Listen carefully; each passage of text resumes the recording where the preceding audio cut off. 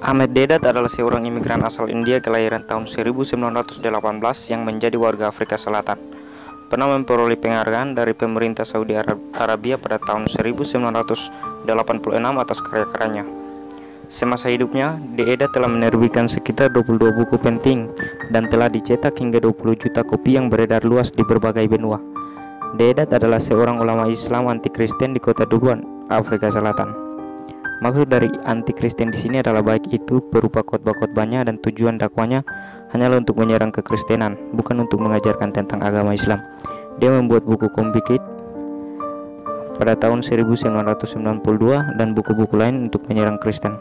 Oleh karena khotbah-khotbahnya yang terlalu ofensif, Ahmed Deedat dilarang masuk ke beberapa negara sekuler karena dikhawatirkan akan menimbulkan kerusuhan sosial. Negara-negara tersebut diantaranya adalah Nigeria, Prancis, Singapura, dan Australia.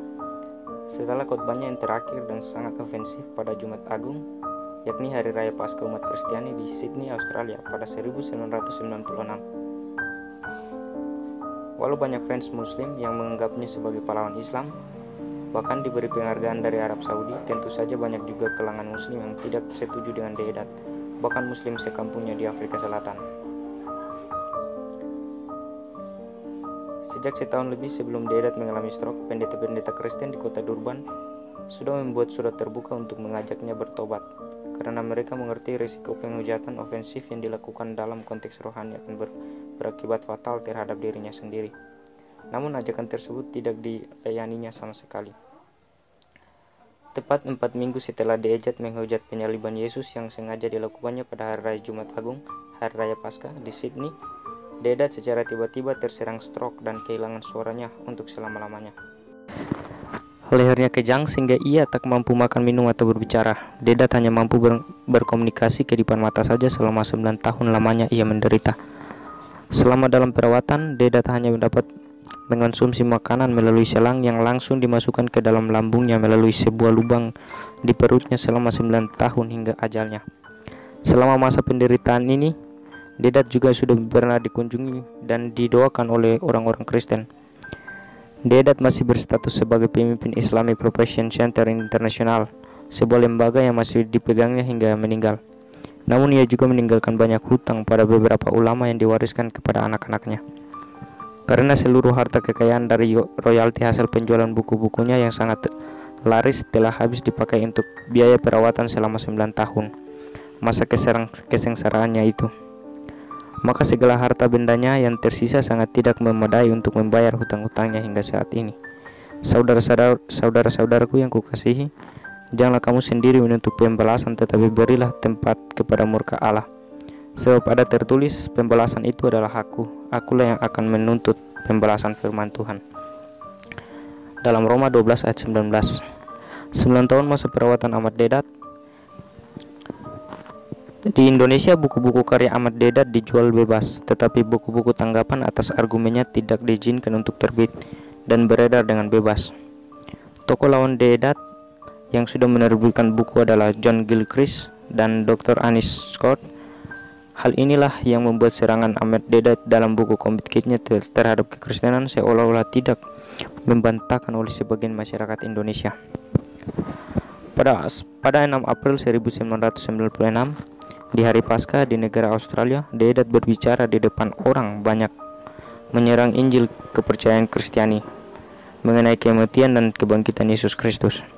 Pada 3 Mei 1996, 4 minggu kemudian setelah kejadian di Australia, Ahmed Deedat terkena stroke, kaki tangannya lumpuh dan ia tidak bisa berbicara. Pada 8 Agustus 2005, Deedat meninggal setelah penderitaannya itu. Ia lumpuh dan bisu selama 9 tahun. Jauh sebelum Injil ditulis, Yesus sudah memberitahukan kepada murid-muridnya bagaimana Injil akan ditulis seperti yang ada pada kita sekarang ini, yaitu dengan pengajaran dan segala sesuatu yang diingatkan oleh Roh Kudus kepada mereka. Tetapi penghibur, yaitu Roh Kudus, yang akan diutus oleh Bapa dalam namaku, dialah yang akan mengajarkan segala sesuatu kepadamu dan akan mengingatkan kamu akan semua yang telah kukatakan kepadamu. Yohanes 14 ayat 26. Dan bagi mereka yang menghujat Injil, itu berarti sama saja dengan menghujat pada yang mengajarkan Injil, yaitu Roh Kudus. Dalam hal penghujatan ini, Yesus telah mengatakan suatu konsekuensi kekal yang akan dihadapi bagi mereka yang menghujat Injil kebenarannya. Aku berkata kepadamu, sesungguhnya semua dosa dan hujatan anak-anak manusia akan diampuni, semua hujatan yang mereka ucapkan. Tetapi apabila seorang menghujat Roh Kudus, ia tidak akan mendapat ampun selama-lamanya, melainkan bersalah karena berbuat dosa kekal. Dosa kekal di sini sungguh terjadi pada Ahmad Dedat yang telah menghujat Injil dengan begitu beraninya. Dosa kekal ini sungguh terjadi pada Ahmad Dedat yang telah menghujat Injil dengan begitu beraninya, bukan kepada orang-orang ataupun pendeta-pendeta, tetapi ia telah begitu berani dan terkaburnya untuk menghujat Roh Kudus. Bagi seorang Dedat sudah tidak ada lagi jalan untuk bertobat, walaupun ia telah diperingati maupun didoakan oleh orang-orang Kristen. Ketika masa perawatannya di rumah sakit selama 9 tahun,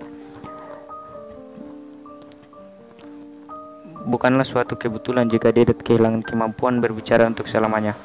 Hal itu terjadi karena ia telah melakukan dosa kekal, dan keselamatan kekal dalam Kristus Tuhan sudah tidak mungkin berlaku lagi terhadap dirinya.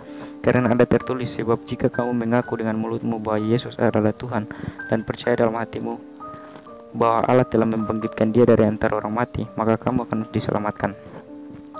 Karena dengan hati orang percaya dan dibenarkan, dan dengan mulut orang mengaku dan diselamatkan.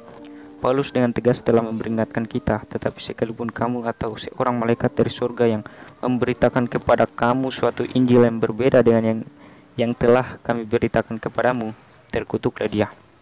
Seperti yang telah kami katakan dahulu, sekarang kukatakan sekali lagi, jikalau ada orang yang memberitakan kepadamu suatu Injil yang berbeda dengan apa yang telah kamu terima, terkutuklah dia.